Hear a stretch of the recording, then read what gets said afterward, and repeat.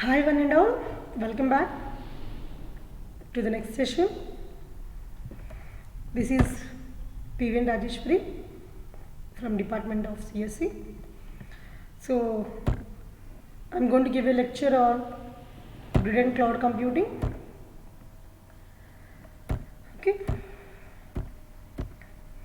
So today's topic is functional requirements of OGSA. So in the last video we learned about what is the need of the OGSA, how it is going to provide means services, models, standards, security. Okay, so how the user is going to get a betterment of the service by using OGSA.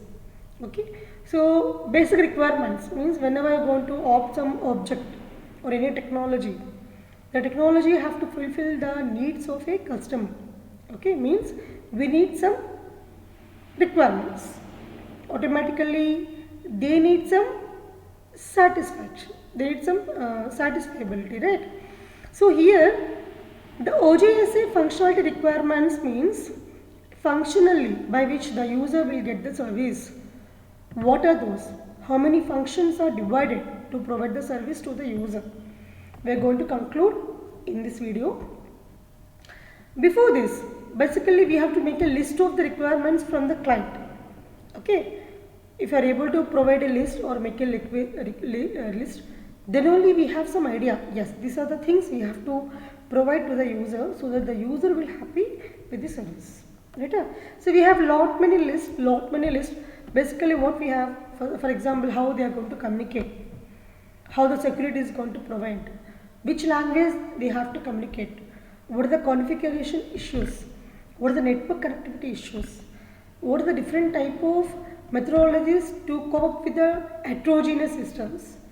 Okay, so etc etc. This is an endless concept. If you enter into the building a grid with the n number of computers, or we can say systems, automatically a lot of issues will come into the scene. But any provider in terms of OGSA or GSA, whatever it is, they should take care of all the requirements. Okay. Right. So I am giving a lot of requirements. So these are the requirements in the point of user or customer, or we can say client.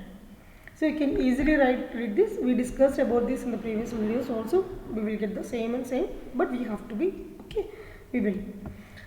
How to find out the resources, how to start the service, how to meet user requirement services, how to find metering and accounting. So how many services can user get? What the services can user get? What is the capability of a service provider? What is the amount of memory or any processing capability left to the user, etc. etc. All these have to monitor, all these have to manage. Okay. Next, we have another list also. It's a big list, because any service provider have to take care of everything, right? Providing service in terms of grouping or aggregation means, for example, 100 members are aggregated, which are distributed geographically. We need to verify their requirements in terms of connectivity, in terms of compatibility, in terms of portability. With all this, we have to give the service to you. Okay. Next, how to manage end-to-end service. Security. Very important concept. Whenever the system has failed, then what we have to take care, how we have to take care of that. Okay. Provisioning. Whenever the user have no chance to get more service but is intended to get the service, then how the system is going to give the service, have to verify that. How to manage the workload. It's not a simple issue, it's a big task, I can say, because the systems are distributed, providers are distributed, network connectivity is heterogeneous.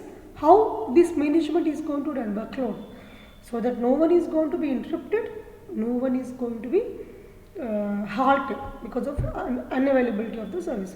And finally, load balancing. It's also important. Okay. So with these requirements from a side of a client or any provider, we can the author has divided these functionality requirements like this. See, types of requirements. Okay, who would given this list? By OGSA and OGSA standards along with the GGF. If GGF is a grandfather, I can say. Global Grid Forum. it is a combination of or a group of chair of people who decided based upon the requirements verification of the client. Okay, so they framed some requirements for us which have to satisfy by the OJSA for the smooth functioning of the service to the client. Right. Now, the various types of requirements of OJSA are first. These are the list. How many? Just count them. Have to remember that. So we have totally 7 requirements: functionality, security, resource management, system properties, quality of service, data service, and finally administrative cost reduction requirements. Functionality, how to give service in terms of functionality, messaging, providing, gathering, okay, security, authentication, authorization, key management, blah blah.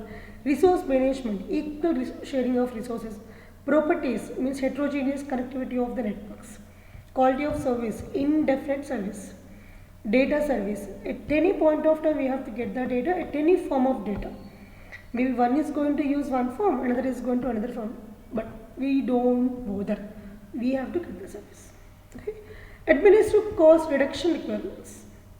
Administrative cost reduction requirements means if you for example, whenever we are going to provide some service to any customer, we are not giving free of cost.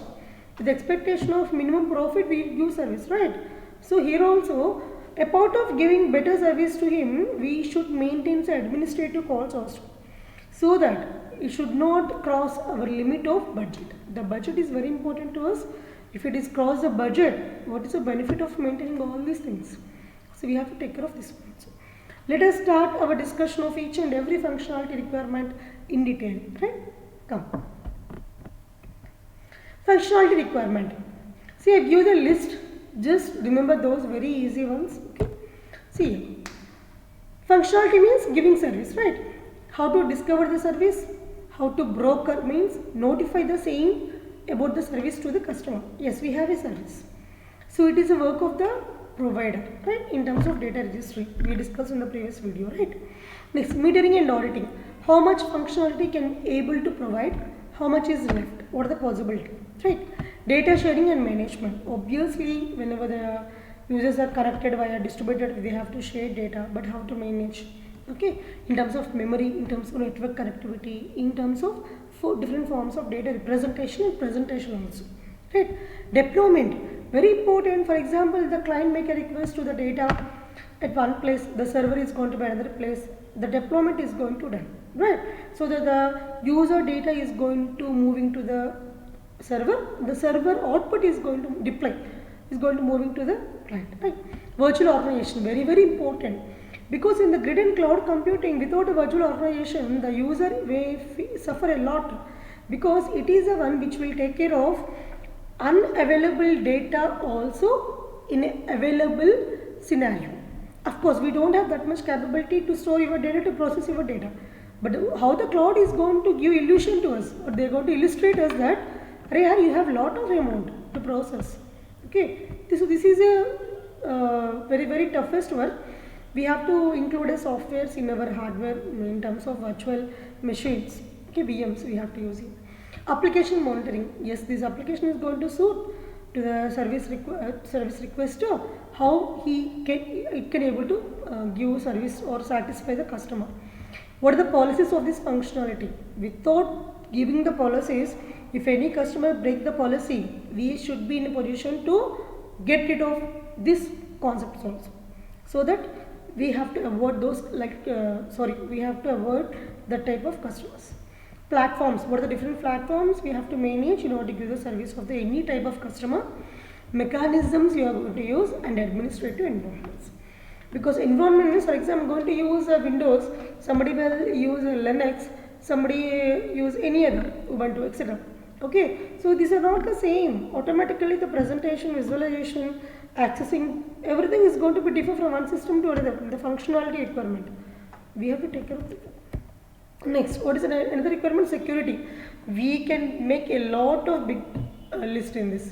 See this. Application network firewalls, so that our data is not going to go outside. Their data should not come inside. Multiple security infrastructures means we are going to maintain certificate authority at single level in the previous concepts. when we ready studied in the third year, sorry. But if you are going to maintain this n number of levels like that, we can save our data very strongly. Means confidence is going to be there. Perimeter security solutions based upon your fields.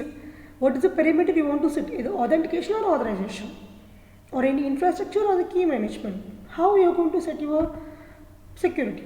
Okay, authentication, authorization, accounting. We know about this, and certification. Okay, next. Resource management, it's a big task, it's a big task. We should have a proper planning in advance so that no resource is going to wasted. No resource, every resource have to shareable to any customer. Okay, it's a very basic requirement in terms of resource management. The OGSA service providers or a team or company involved in this architecture, they have to take care of all the resource management so that they should get the benefits also. So in this we have how to provide the resource, how to verify the resource visualization, how to optimize the resource usage. Whenever the system is free or when we are not able to give any service to the system, what is the use of that system connectivity? Right, whenever the system is free, automatically we should be in a position to provide any work to the system, so that it is going to be busy and time is not going to wasted. Means the management is important.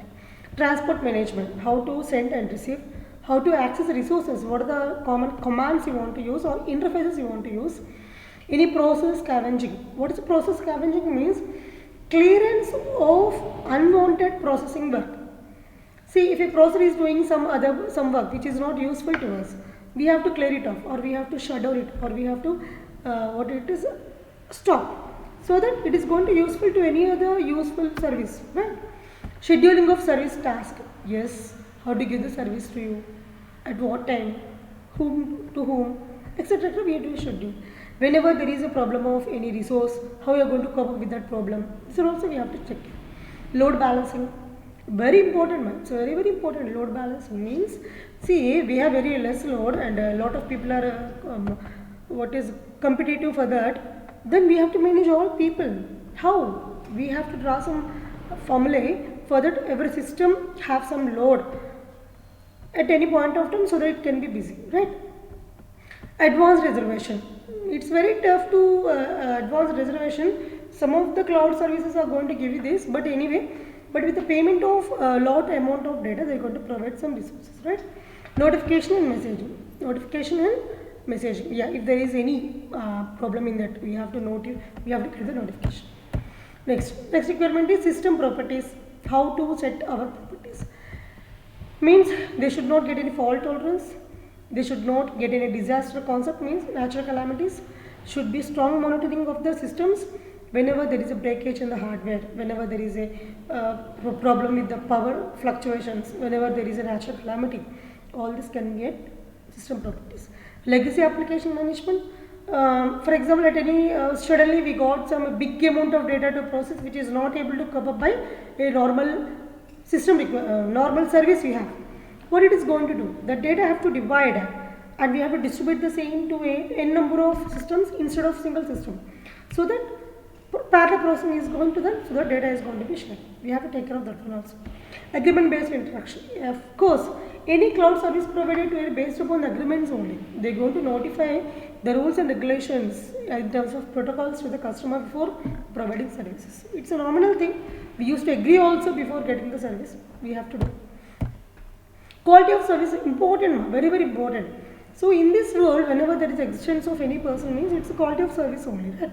If you are able to provide or judge in terms of your quality, of course there is no limit for your identification. Right? Okay. So the company have to give the service level agreement to the customer. He should not violate the rules. Next, service level attainment, whether he is whatever agreement you have given to the customer, you should also attain, right or wrong? For example, we can manage a free service for weekends. Yes, he should provide. If you announce that, he should provide without any deviation, right? And migration. If you want to provide the service to one system to another or one form to another, we have to be given. Data service requirements finally. So how to storage data, how to access, how to transfer, how to find the location, how to update, how to purchase, how to federate. Federation is a collection. Okay, how to specify the policy and management, right? So these are all the requirements for any OGC to satisfy a customer in terms of the service, right now. So I will meet in next video. Till then, have a nice day. Stay home, stay safe. Bye.